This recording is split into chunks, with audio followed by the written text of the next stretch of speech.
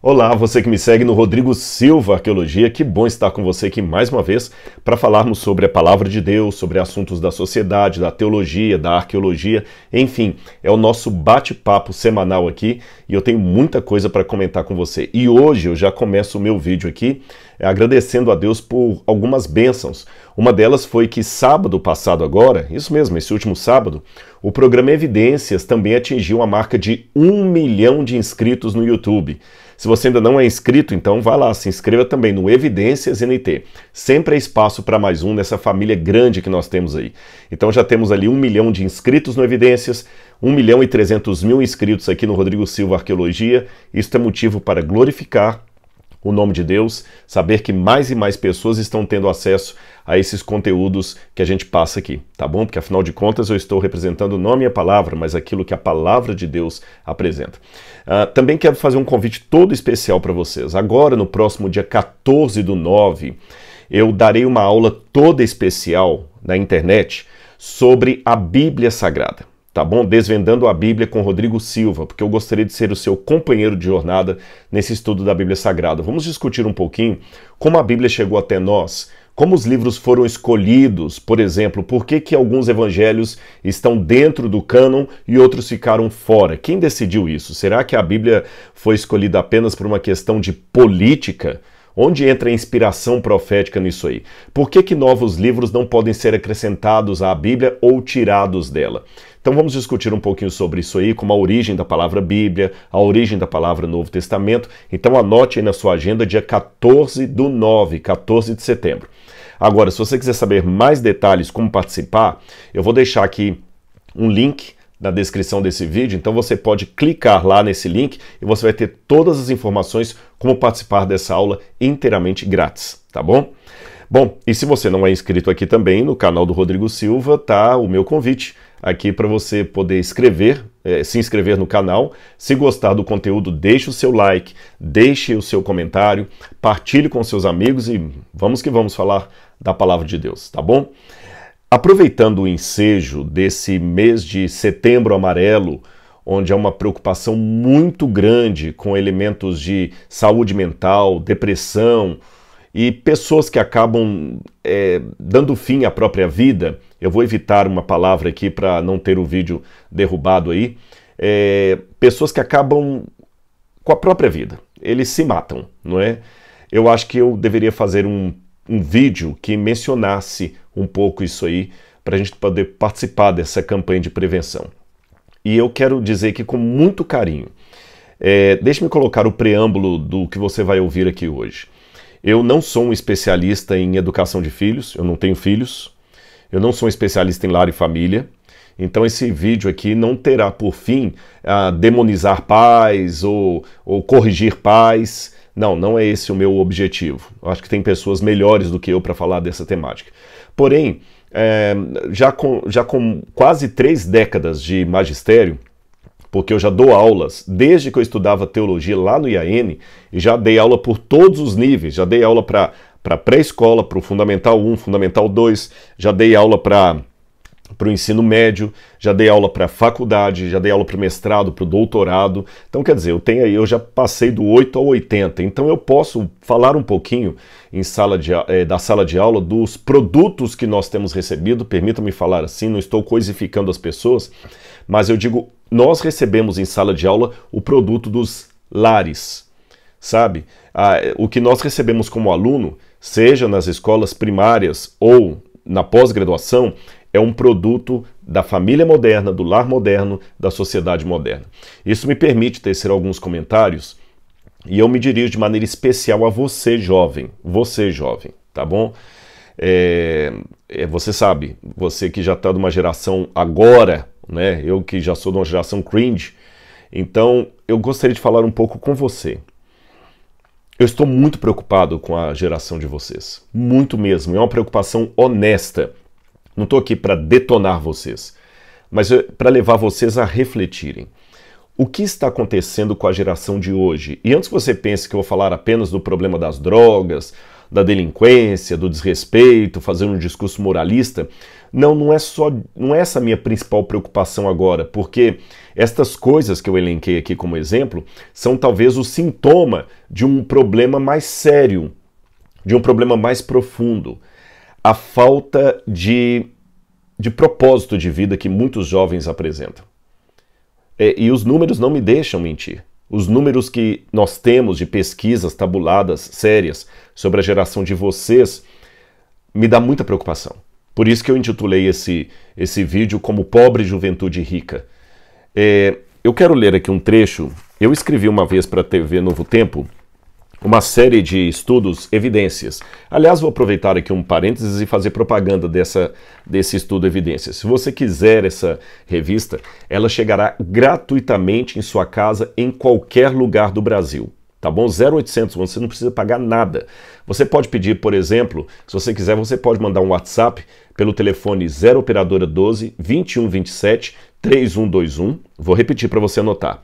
0 operadora 12 2127 3121, ou você pode entrar também no site biblia.com.br. Aí você marca que lá tem vários estudos. Eu quero o estudo da série Evidências. Principalmente você que é universitário. Esse é um estudo que eu escrevi especialmente para pessoas universitárias. Aqui, só para você ter uma noção do que a gente coloca de temáticas, eu vou colocar o índice para você. O primeiro capítulo é Qual o sentido da vida? Fé e razão combinam? Afinal, Deus existe? Qual o tamanho de Deus? Por que Jesus e não Pitágoras? Ressurreição de Cristo, mito ou realidade? Podemos crer na Bíblia? De onde viemos? Por que sofremos? Deus abandona o inocente? Profecias ou devaneios? O mundo vai acabar? Como viver plenamente? E por fim, quem precisa de igreja?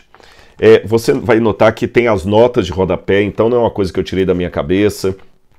Embora as notas ficaram com uma fonte muito pequena, mas dá para você ver aqui, você que tem uma vista melhor do que a minha. E são coisas aqui que estão embasadas de uma reflexão filosófica que vai provocar você. E numa das partes aqui que eu falo sobre fé e razão, eu apresento uma pesquisa, porque eu falei que os números me preocupam, eu vou dar alguns números para vocês, por que eu estou, sem nenhum exagero, dizendo que eu estou seriamente preocupado com a geração de vocês. Você que está me assistindo, que tem 16 anos, 17 anos, 20 anos, você está em sério perigo. Olha o que diz aqui a Associação Nacional dos Dirigentes de Escolas do Ensino Superior. Eles fizeram uma pesquisa tabulada, tudo direitinho, como manda o figurino, e descobriram que aproximadamente 15% dos universitários passam por períodos de depressão em alguma parte do curso. Então você que está para entrar na universidade, olha o perigo. 15% dos universitários passam por períodos de depressão em algum ponto do curso, enquanto a média para jovens de até 25 anos fora da universidade fica em torno de 4%. Ou seja, qualquer jovem universitário tem 3 a 4 vezes mais chance de desenvolver problemas emocionais, inclusive acabar com a própria vida, do que jovens fora da universidade.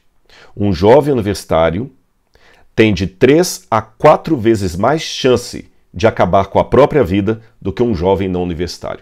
Isso aqui para mim me choca, porque eu sou de uma época em que Anísio Teixeira falava que a universidade é um dos grandes bens da sociedade.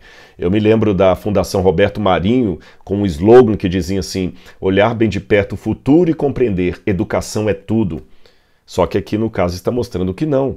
Mesmo países que são campeões mundiais num elevado ranking de cultura, universidades e grau de instrução, amargam números pesados de jovens que acabam com a própria vida ou entram em depressão. Só para você ter uma noção, embora seja um mito dizer que os países nórdicos são os que têm o maior índice de jovens que acabam com a própria vida, mesmo assim o índice deles é elevadíssimo.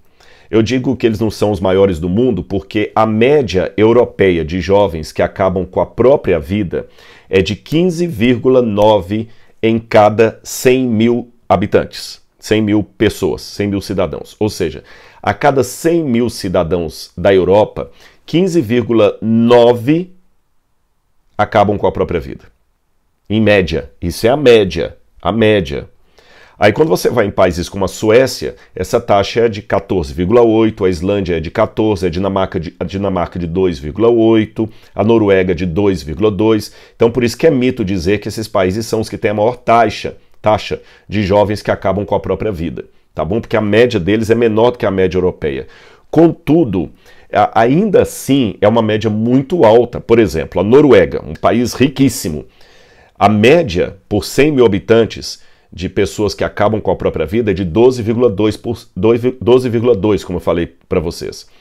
Enquanto isso, no Brasil, a média é 6,5.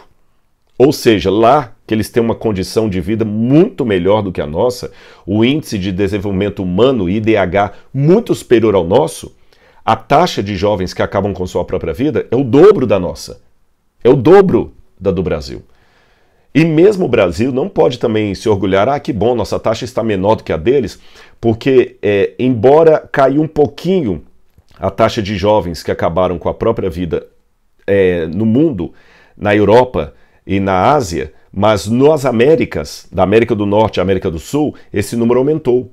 Hoje, a causa de morte por jovens que dão cabo à própria vida é a maior do mundo, segundo a OMS. Ela ganha, mais pessoas se matam do que morrem de HIV, malária ou câncer de mama. Isso é muito sério. E a partir disso, eu comecei a fazer uma pergunta. Por que os jovens hoje, e a maior parte dessa estatística são jovens, por isso que eu estou preocupado com você que está me ouvindo aqui, você que está me assistindo nesse momento, porque eu posso estar falando para alguém com o potencial de fazer uma bobagem. E depressão não é algo que eu estudei. Depressão, também estudei sobre depressão, mas não é algo que eu meramente estudei. Eu a vivi, eu conheço, eu sei o que é isso. Então eu estou falando aqui de cátedra. Não é brincadeira. Não é brincadeira. Agora, ao mesmo tempo que depressão não é brincadeira, eu concordo com isso, depressão não é frescura, mas depressão também não pode ser tratada com mimo. É porque nós temos dois extremos. Você tem o tabu daqueles que consideram a depressão e os problemas emocionais como frescura, que estão errados, você pode estar matando alguém por não entender que ele está doente, mas você tem um outro espectro do problema que é igualmente complicado, que é quando você quer tratar a depressão com mimo. Mimo não cura a depressão. O negacionismo em relação aos problemas emocionais não resolve nada, mas o mimo exagerado sobre o assunto também não resolve nada. Porque hoje tem muitas pessoas que estão aí na internet e estão querendo se vitimizar por causa do tema. O tema é muito delicado, merece o nosso respeito, e o tema de depressão, de problemas emocionais, não pode ser tratado de maneira leviana. Principalmente, repito, pelos negacionistas ou pelos vitimistas. Pessoas que falam agora assim, você tem que entender que eu sou um deprimido, por favor, não me repreenda, não jogue duro comigo. Não é assim. Não é assim que a coisa funciona. Eu saí da depressão, mas não foi a troca de mimos. Houve vezes que o terapeuta teve que falar assim, ou você muda ou você vai morrer. E jogar na minha cara. O próprio Deus, às vezes, usou para me curar problemas. Sabe aquele momento em que você está olhando demais para o horizonte e Deus às vezes te dá uma rasteira para você cair no chão, bater a cabeça e poder olhar as estrelas? Às vezes ele faz isso. E o que eu noto hoje é que nós estamos, e aí que vem a minha preocupação, nós temos uma juventude que tem demais. Eu sei que países, especialmente como o Brasil, ainda amargam altos índices de pessoas pobres, pessoas que não têm condição financeira, etc.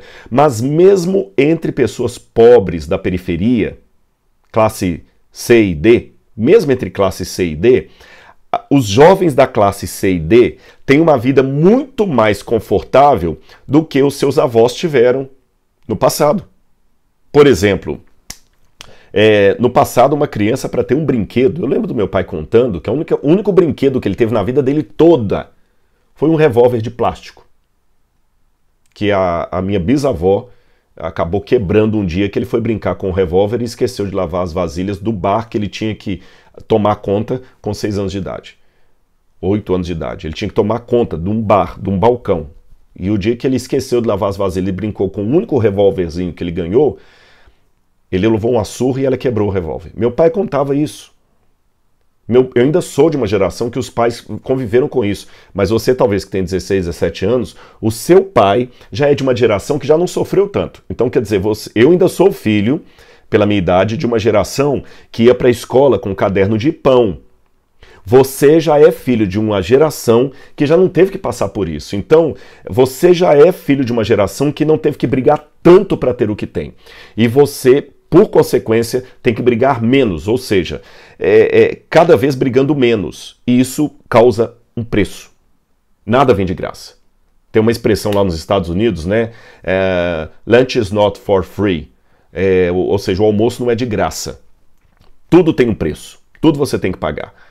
E um dos preços que você pode pagar hoje é justamente, como dizia Arthur Schopenhauer, uma frase que eu já citei inúmeras vezes, você pode viver uma ânsia de ter e um tédio de possuir. E hoje eu noto uma juventude que tem ânsia de ter e tédio de possuir.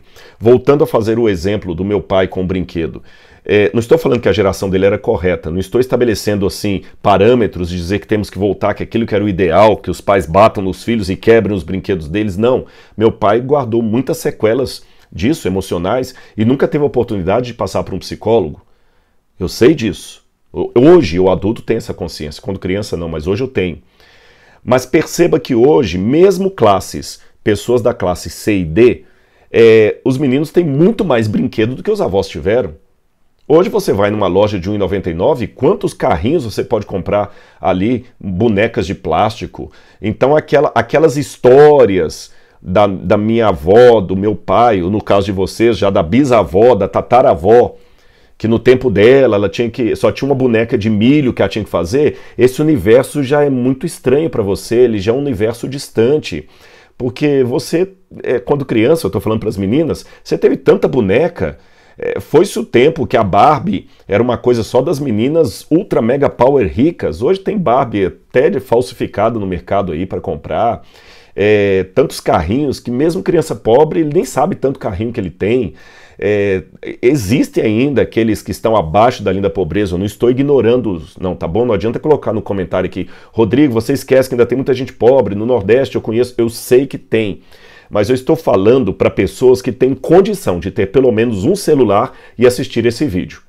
Então, se eu estou falando para pessoas que têm condição de pelo menos ter um celular e assistir esse vídeo, então você não é aquele que está sofrendo com a seca na Caatinga do Nordeste e que não tem nem energia elétrica na sua casa. Eu não estou falando para aquele que a geladeira só serve para guardar uma água e uma cebola, porque você tem um celular e você está me assistindo. Então é para esses que eu estou me dirigindo no momento. Não estou ignorando os outros, mas eu estou mirando o universo que está vendo esse vídeo.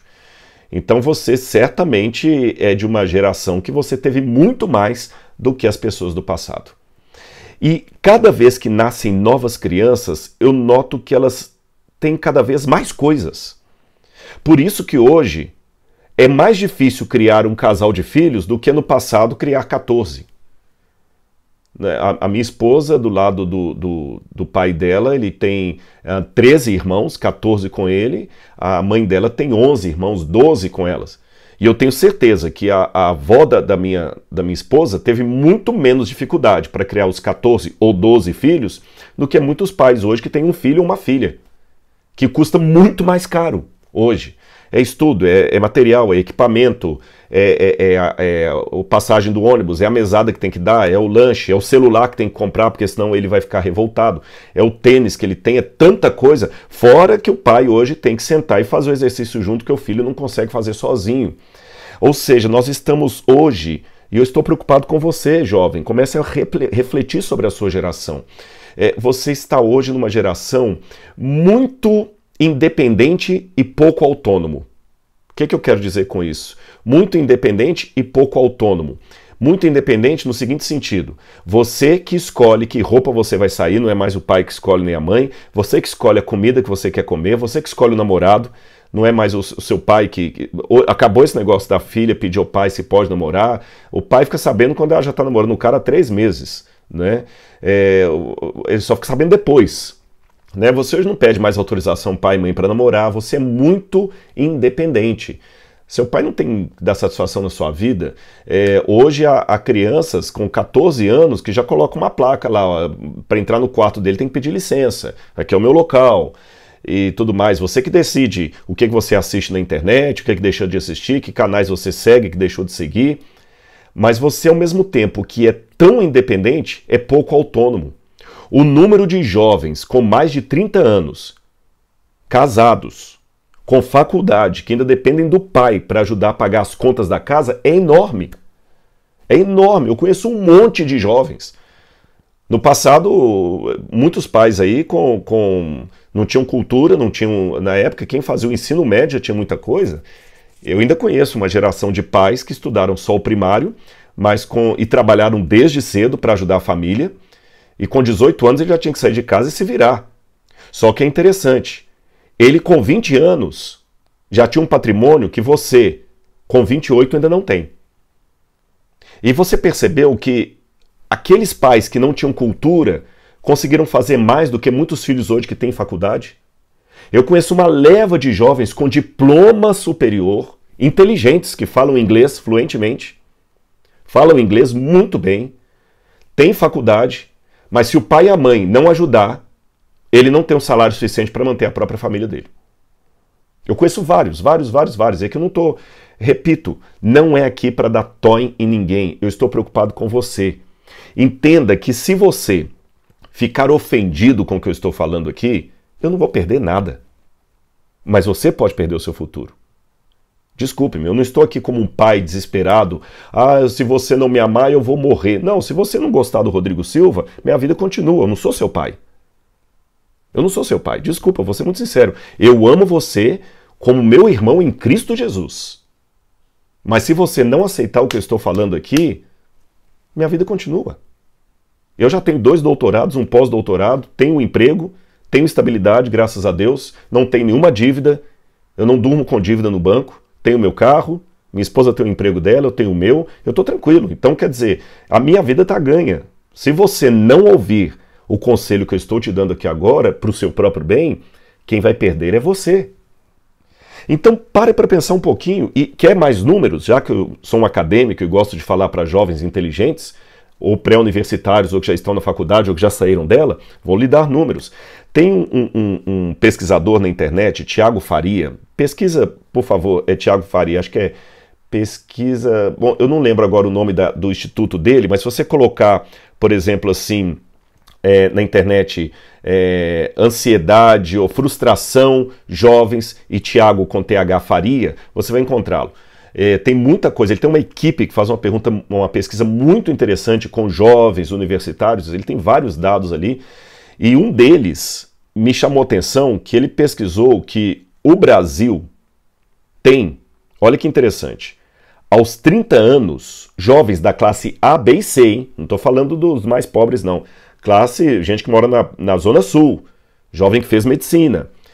Dos jovens da classe A, B e C, ele percebeu que fazendo uma pesquisa com esses jovens de 30 anos, ele percebeu que 44% desses jovens afirmam que não chegaram aonde queriam. Demonstram desencanto com a vida. É quase a metade. Isso é muito sério. Quase a metade dos jovens. Então, se eu estou falando para jovens de 30 anos aí, que estão na classe A, B e C, 44% de vocês admitem que estão frustrados, desencantados.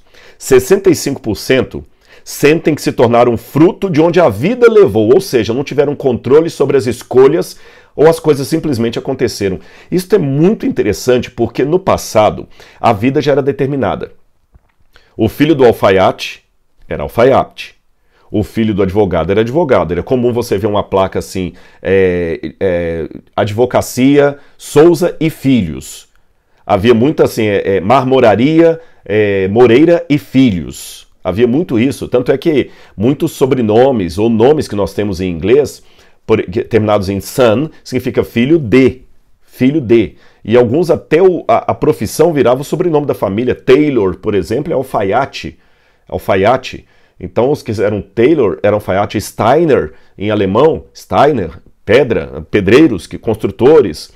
Então tinha família. Jesus era o filho do carpinteiro, então ele era carpinteiro. O casamento era arranjado. Muitas mulheres do passado, o pai, olha, vamos lá que você vai conhecer o seu noivo hoje. Então era uma vida que você quase não tinha escolha. Era muito bem traçada. Hoje não. Você pode escolher o que você quiser. E você não tem só uma coisa ou duas, não. Quando eu era criança havia 2 refrigerantes, Guaraná, 3 refrigerantes, Guaraná, Coca e Fanta. Hoje não, você tem uma infinidade de refrigerantes aí, até esses refrigerantes pouco conhecidos aí, tem um monte. Chocolate só tinha Garoto e Nestlé. Hoje você tem uma infinidade de chocolates aí, Lindt e outros mais caros, outros menos caros. Você tem uma infinidade de tênis, de marcas, canais de televisão, se você, aqueles que ainda assistem TV a cabo, olha quantos canais, mais de 100 canais. E se eu falar da internet, quantos canais de YouTube você tem para escolher? E mesmo tendo uma pluralidade de escolhas, os jovens estão cada vez mais frustrados, sentindo que eles não escolheram. Parece que hoje você tem a liberdade de escolher, mas junto com a liberdade, a obrigação de escolher, você não sabe o que escolher. Sabe aquela sensação de, eu sentei à mesa e estou com fome, mas ali tem pelo menos 50 pratos e eu gosto de todos, então eu acabo não comendo nenhum? O cardápio é muito grande, cardápio muito variado também traz agonia. Você não sabe o que escolher. São muitas opções boas. E às vezes na vida, só um parênteses aqui, você não tem que escolher entre o bom e o menos bom. Às vezes você tem que escolher entre o bom e o melhor. Não escolha só o bom, escolha o melhor. Tá bem? 36% das escolhas foram responsáveis pelo que se tornaram, segundo esses jovens. 85% deles encontram-se decepcionados ao chegar aos 30 anos. 85%. Decepcionados aqui é diferente de desencanto. Aquele do desencanto ele falou o seguinte, eu não cheguei ainda onde eu queria. Entendeu? Ele já fez tudo, mas ele acha que ainda não chegou onde queria. Os frustrados são aqueles que acham que não era isso que eles queriam da vida. Então a diferença dos 44% para os 85% é que 44% acharam o seguinte, puxa, eu ainda não realizei tudo o que eu gostaria. Mas 85% falaram, eu vim para um caminho que eu não gostaria. Aí o pesquisador, o coordenador da pesquisa, o Thiago Faria, ele conclui assim, a sensação predominante entre os entrevistados é de não ter assumido as rédeas da própria vida. Três coisas, pelo menos, marcaram aqui o motivo dessa frustração coletiva entre a juventude de hoje. Primeiro, a ausência de ferramentas que incentivem o desenvolvimento da inteligência emocional e da autorreflexão. Quando eu era criança, meninos tinham medo de escuro. Hoje, meninos têm medo do silêncio, porque ninguém quer parar para refletir. Ele quer repetir o que os outros falam. Ele não quer... a falta de inteligência emocional. Esse negócio de você nunca receber não é muito complicado. Você não sabe lidar com frustrações. Um pouco de frustração é terapêutico. Segundo problema, o ambiente familiar que protegeu demais, mas não incentivou o jovem a autoconhecer-se. Terceiro, o Estado que não ofereceu políticas educacionais que incentivassem a reflexão e a crítica. Eu já fiz essa observação em relação a muitas carreiras universitárias, onde meninos inteligentíssimos, o problema não é falta de QI, ele não sabe refletir, ele sabe repetir o mantra que é falado em sala de aula. Como está na moda isso aqui, eu também sou isso aqui. E sabe, hoje a gente vê que muitos desses jovens são jovens inteligentes, eles não são burros. Mas a gente vê, por exemplo, os movimentos das redes sociais. Eu anotei alguma coisa aqui. Nós temos hoje na internet um movimento dos rebeldes sem causa. Rebeldes sem causa. É o movimento dos indignados. Eles sabem preparar o terreno, mas não sabem construir algo sólido. Eles sabem fazer barulho na internet. Eles sabem cancelar alguém porque falou uma frase que ele não gostou. Ele sabe apoiar alguém porque falou uma frase de ordem que todo mundo gostou. Então, se eu vestir uma camiseta aqui, né? Black Lives Matter. Beleza, Rodrigo é o cara. Eu vou antecipar um monte de coisa. Se eu falar, gente, cuidado com essa frase Black Lives Matter, aí vão me cancelar na internet, vão me lacrar, vão me falar coisas. Ou seja, hoje nós temos um movimento dos indignados. Pessoas que querem defender a dignidade da mulher através de Twitter. Mas é uma geração que não constrói nada sólido. O povo esqueceu suas diferenças por um tempo e eles se reúnem na praça com um propósito comum. Se a razão é negativa, como se indispor contra alguém, a possibilidade de êxito ainda é maior, porque o jovem quer ser rebelde. Mas, de certa forma, foi uma explosão de solidariedade, mas as explosões, como sempre diz a física, são potentes, porém muito breves, e de consequências aterradoras. Então você quer hoje fazer um movimento na internet para indignação? Eu consigo reunir 2 milhões de pessoas no estalar de dedos. Mas não conseguem produzir algo sólido. Eu quero dizer para você uma outra coisa também. Eu quero perguntar assim, até eu acho interessante porque eu anotei aqui, as redes mudaram as formas de protesto, né? Hoje nós temos muito o ativismo de sofá. O que eu chamo de ativismo de sofá? É esse entorpecimento de entretenimento barato. No passado, Karl Marx dizia a religião das Opium des Volks, a religião ópio do povo. Eu hoje arrisco dizer que talvez as redes sociais são o novo ópio do povo, muito maior do que teria sido qualquer forma de religiosidade do passado. E eu vou terminar minha fala aqui dizendo que eu estou preocupado com você. Por que tantos jovens dão cabo da vida tendo tanta coisa à sua disposição? Falta de estrutura. Eu vou contar uma parábolazinha para você. Jesus contava muitas parábolas, eu quero contar uma para você. Por que eu estou preocupado com você? Havia uma vez um grupo de árvores frutíferas, macieiras. E um passarinho bicou algumas das maçãs ali e o bico dele ficou sujo de sementes e algumas sementes caíram perto das árvores mãe. E a outra semente, o passarinho voou, caiu longe num terreno árido, onde não havia nenhuma planta sequer. Só que a terra era boa, as 2 sementes germinaram. Uma semente na terra mais árida, com menos nutrientes, com menos veio d'água. A outra aqui no meio das árvores mães. As 2 árvores foram crescendo.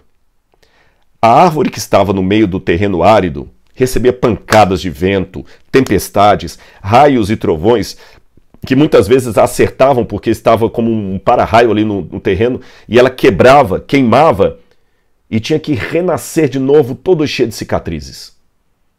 Para que ela tivesse água, ela tinha que esticar as raízes dela até o mais profundo da terra dura para poder beber um pouco d'água. Enquanto a outra árvore, não, ela estava no meio de um pomar. Então ali a terra era fofa, tinha adubo à vontade, os ventos não a atrapalhavam, porque havia árvores mais grossas que a protegiam de qualquer vendaval, e ela não precisava de raízes muito profundas, porque o lençol freático ali era bem na superfície.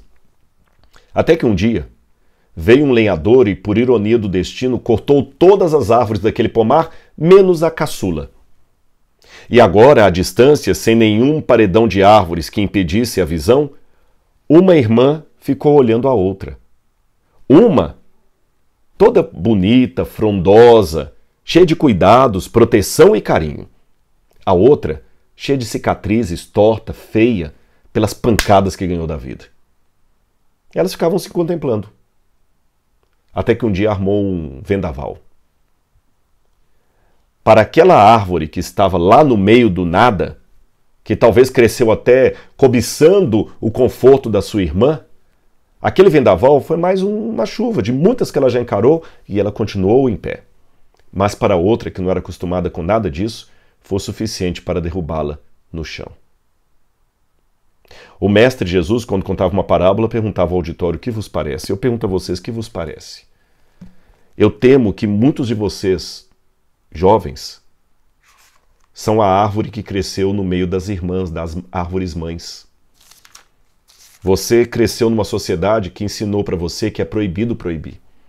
Você cresceu numa sociedade que ensinou para você que seu pai e sua mãe não podem repreender você, senão você pode ligar para o conselho tutelar e denunciá-los por maus tratos.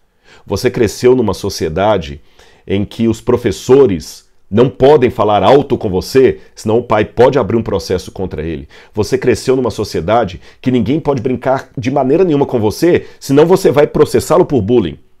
Você cresceu numa sociedade que quer mimar você. E sabe qual que é a mensagem de Jesus para você hoje? É a mensagem de Apocalipse. Apocalipse capítulo 3, onde ele falou algo muito sério para a igreja de Laodiceia. Eu sei que alguém pode falar: Rodrigo, mas a mensagem de Laodiceia é para os membros de Laodiceia. Sim e não.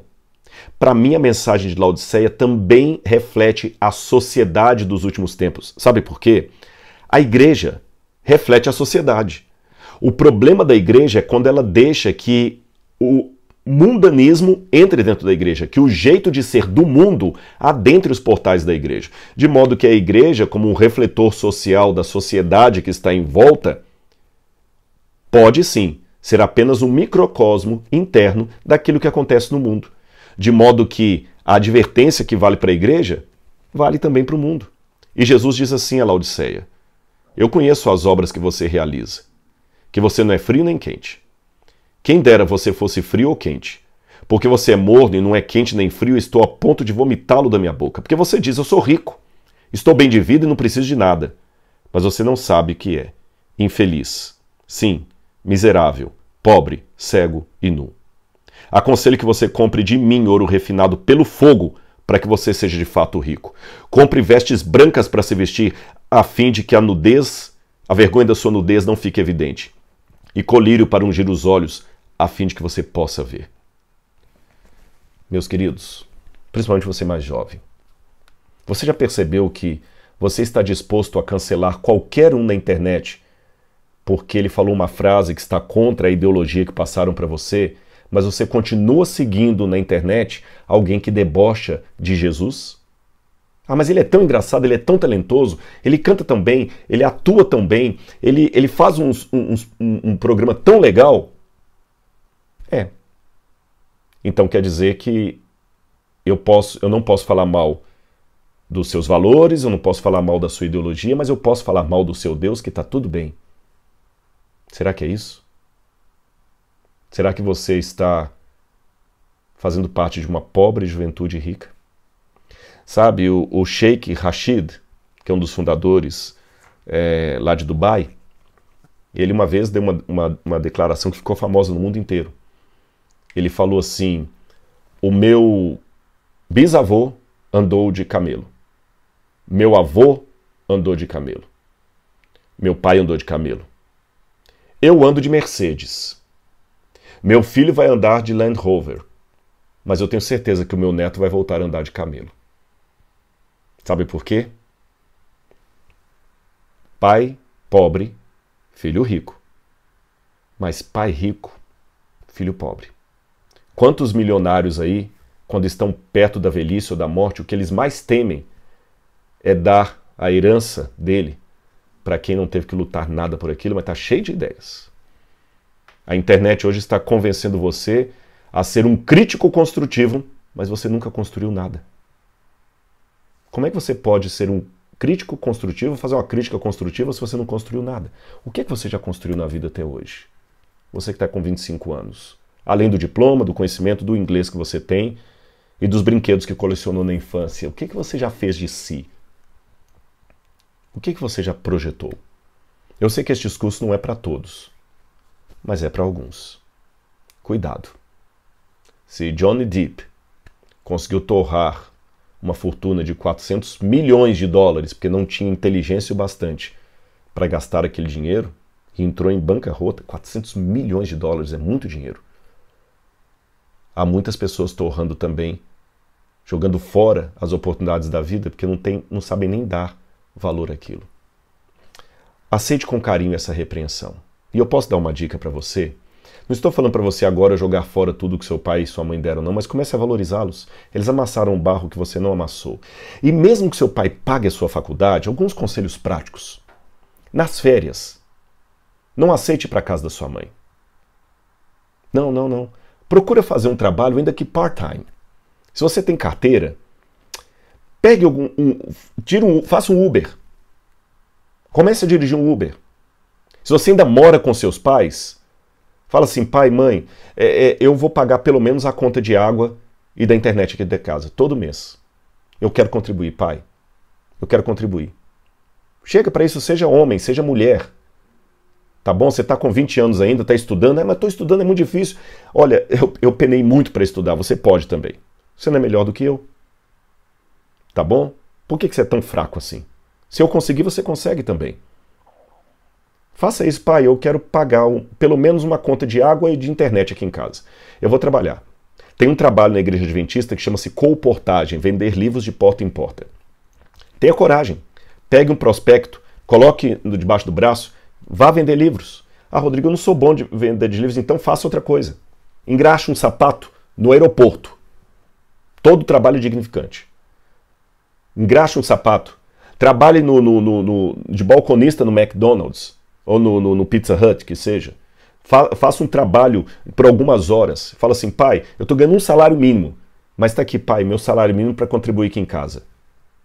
Você vai honrar o seu pai e você vai dar segurança para ele que a herança que ele vai deixar para você não vai ser gasta de maneira estúpida, porque você é uma pessoa inteligente. E aí eu tenho certeza que esses altos índices de depressão, se baterem à sua porta como bateram na minha, você vai ter mais estrutura para suportar essa pancada do que teria cercado demais num excesso de protecionismo perigoso e complicado. Pense nisso. É com muito amor que eu falo para o seu próprio bem. Um abraço e até o nosso próximo vídeo. Tchau, tchau.